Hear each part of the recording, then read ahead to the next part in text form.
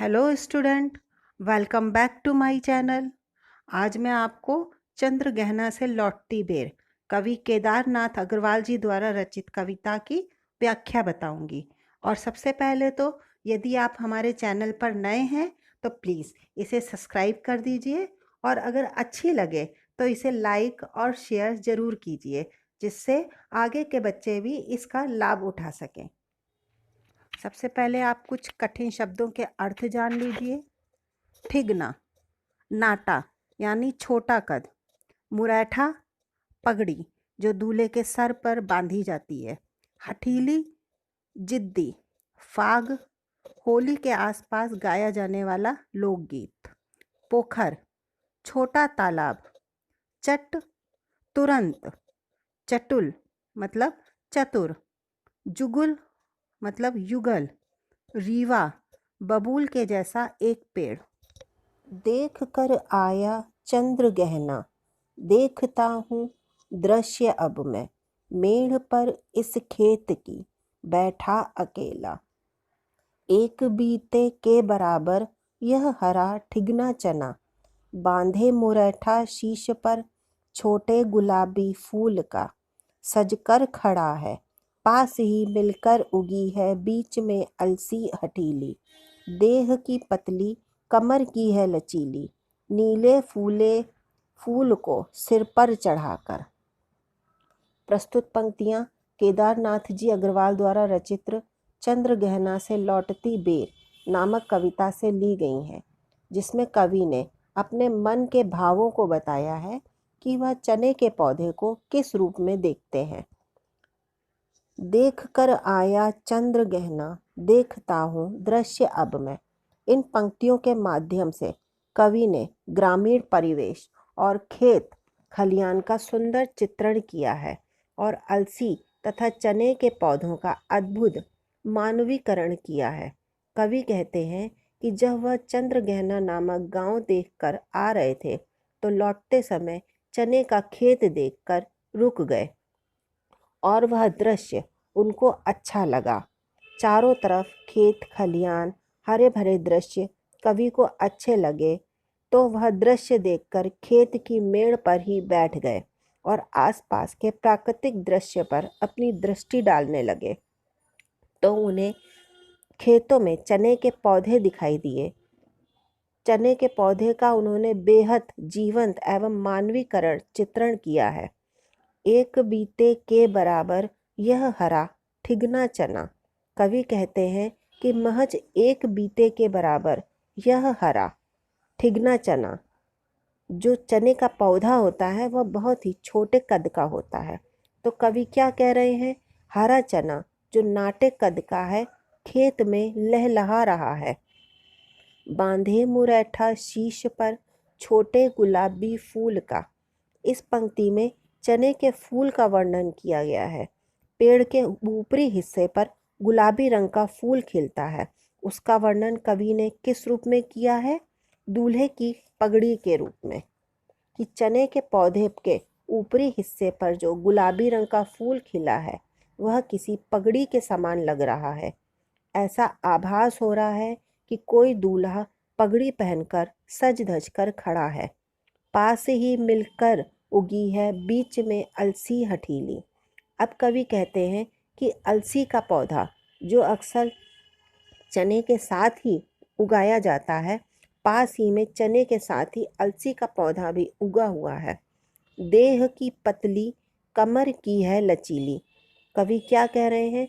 अलसी का पौधा जो बेहद पतला होता है और हवा के झोंके से उसके हिलने की प्रक्रिया को कवि ने देह की पतली और कमर की लचीली कहकर संबोधित किया है। नीले फले फूल को सर पर चढ़ाकर। अब देखिए, कवि ने बड़ी सुंदरता से अलसी के पौधे को नायिका का रूप दे दिया है। इन पंक्तियों ने कवि ने अलसी के पौधे और उसके खिले नीले रंग के फूल को क्या कहा है? अब कवि अलसी के पौधे को नायिका के रूप में लग रहा है। तो उन पर खिले फूल को देखकर कवि ने मनोभावों को देखिए। उस पौधे और नीले रंग के फूल को देखकर ऐसा प्रतीक हो रहा है कि नायिका कह रही है, जो छुए दूं हृदय का दान उसको, कि जो उसके प्रेम रूपी फूल को लेगा, स्वीकार करेगा, वह उसको अपना दिल ही देगी, अर्थात उस पर अपने प्रेम को न्यौछावर कर देगी। कह रही है जो छुए यह, दूं हृदय का दान उसको।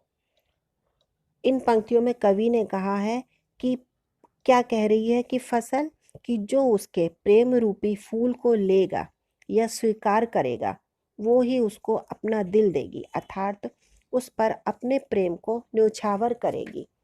और सरसों की न पूछो, हो गई सबसे सयानी। इन पंक्तियों में कवि ने खेतों के प्राकृतिक सौंदर्य की तुलना विवाह के मंडप से की है।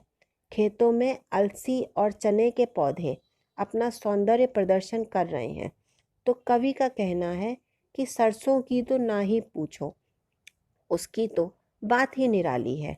हाथ पीले कर लिए हैं, ब्याह मंडप में पधारी। सरसों के पौधे पूरी तरह बढ़ चुके हैं और उन पर पीले रंग के फूल भी खिले हैं।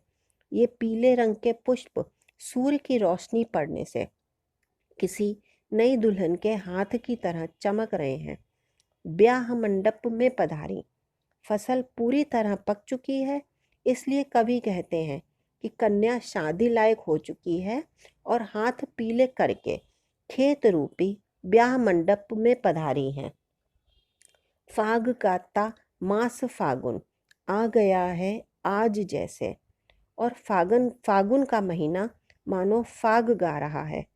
फाग होली के समय गाया जाने वाला एक लोकगीत होता है, जो स्थानीय लोगों के द्वारा गाया जाता है। देखता हूँ मैं स्वयंवर हो रहा है। इसमें कवि ने गांव की प्राकृतिक सुंदरता और शहरों की सुंदरता की तुलना की है। उनके अनुसार शहरी लोगों के पास इतना वक्त नहीं होता कि वह प्राकृतिक सौंदर्य का लाभ उठा सके, और ना ही ऐसी कोई जगह होती है, क्योंकि चारों तरफ सिर्फ ईंट और इमारतें ही दिखाई देती हैं, जबकि दूसरी तरफ गांव में इस प्राकृतिक सुंदरता में अनुपम शांति मिलती है। इस विजन में दूर व्यापारिक नगर से, जहां चारों तरफ सुनसान है, निर्जन है, लेकिन फिर भी क्या प्रतीक हो रहा है कि उसके माध्यम से खेतों में इतना प्राकृतिक सौंदर्य भरा पड़ा है, कि ऐसा प्रतीक हो रहा है कि कोई स्वयंवर चल रहा है। सज धज कर लोग आए हुए हैं, मंडप सजा हुआ है, कन्याएं अपने हाथों में फूल लेकर खड़ी हैं। ऐसा लग रहा है कि वह दूल्हे का चुनाव कर रही हैं। जबकि यहाँ लड़की कौन है? सरसों और अलसी का पौधा। जबकि दूल्हे से चने के खेत को संबोधित किया गया है। ऐसा दृश्य देखकर कवि के अंदर प्रेम भावना जागने लगी है। इसलिए कवि ने दूर व्यापारिक नगर से प्रेम की यह भूमि उपजाऊ अधिक है। हालांकि यह निर्जन भूमि है, प्राकृतिक प्रेम यहाँ फिर भी ज्यादा है। और पैरों तले है एक पोखर, उठ रही इसमें लहरियां। कवि जिस मेड़ पर बैठे हैं उसी के सामने एक पोखर है, जिससे छोटी छोटी लहरें उठ रही हैं। नील तल में जो उगी है घास भूरी, ले रही वो भी लहरियां। पोखर की तली में जो शैवाल हैं वो भी लहर मार रहे हैं, यानी लहलहा रहे हैं। एक चांदी का बड़ा सा गोल खंबा आंख को चमकाता है। पोखर के बीच में प्रायः लकड़ी का एक मोटा सा खंबा होता है। बहुत सारी जगहों पर इसे जाट कहा जाता है। इसमें पोखर में पानी की गहराई का पता चलता है। उसकी तुलना एक चांदी के बड़े खंबे से की है, जिसकी रोशनी से आंखें चौंधिया जाती हैं। कई पत्थर पी रहे चुपचाप पानी। किनारे पड़े छोटे छोटे पत्थर इस तरह हैं कि ऐसा लग रहा है वह मानो चुपचाप पानी पी रहे हैं। प्यास जाने कब बुझेगी, और वह पानी पीते रहेंगे, उनकी प्यास न जाने कब बुझेगी। चुप खड़ा बगुला डुबाए टांग जल में, देखते ही मीन चंचल। बगुला पानी में टांग डुबाकर चुपचाप खड़ा है और जैसे ही किसी मछली को देखता है, ध्यान निद्रा त्यागता है, तो उसका ध्यान एकदम से भंग हो जाता है चट दबाकर चोंच में, और वह उस मछली को चट से अपनी चोंच में दबाकर नीचे गले को डालता है और अपने गले के नीचे उतार लेता है। चट दबाकर चोंच में नीचे गले के डालता है। बगुला पानी में टांग डुबाकर चुपचाप खड़ा है और जैसे ही किसी मछली को देखता है तो उसका ध्यान भंग हो जाता है और वह चट से उसे चोंच में दबाकर अपने गले के नीचे उतार लेता है। एक काले माथ वाली चतुर चिड़िया श्वेत पंखों के झपाटे मार फौरन टूट पड़ती है भरे जल के हृदय पर। एक उजली चटुल मछली चोंच पीली में दबाकर दूर उड़ती है गगन में, और एक काले सर वाली चालाक चिड़िया अपने सफ़ेद पंखों के झपाटे से जल के हृदय पर तेजी से टूट पड़ती है और एक चतुर मछली को अपनी पीली चोंच में दबाकर आसमान में उड़ जाती है। और यहीं से भूमि ऊंची है जहाँ से रेल की पटरी गई है, ट्रेन का टाइम नहीं है, मैं यहाँ स्वच्छंद हूँ, जाना नहीं है। सामने ऊंची ज़मीन से रेलवे लाइन गई है, लेकिन अभी ट्रेन का समय नहीं हुआ है। कवि को कहीं जाने की जल्दी भी नहीं है, इसलिए वह वहाँ की सुंदरता को अपनी आँखों में मन भरकर उतारने के लिए पूरी तरह से आज़ाद है।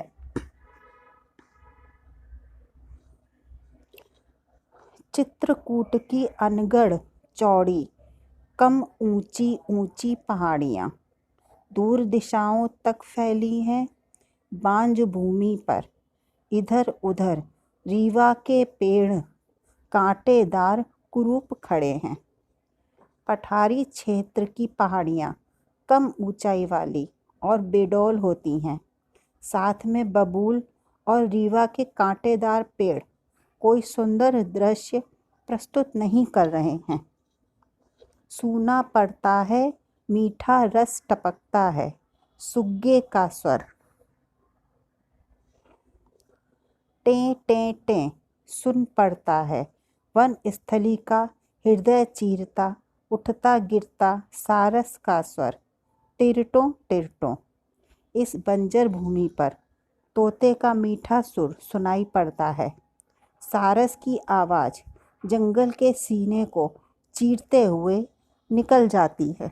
मन होता है उड़ जाऊं मैं, पर फैलाए सारस के संग, जहाँ जुगुल जोड़ी रहती है।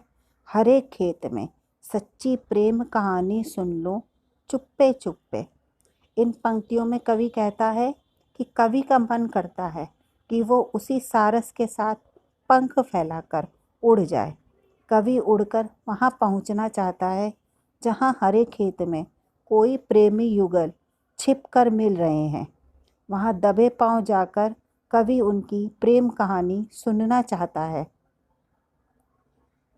आशा करती हूँ कि आपको मेरा ये वीडियो पसंद आया होगा, और अगर पसंद आया है तो प्लीज़ इसे सब्सक्राइब करना मत भूलिए, और अगर पसंद नहीं आया है तो डिसलाइक कर दीजिए। Thank you.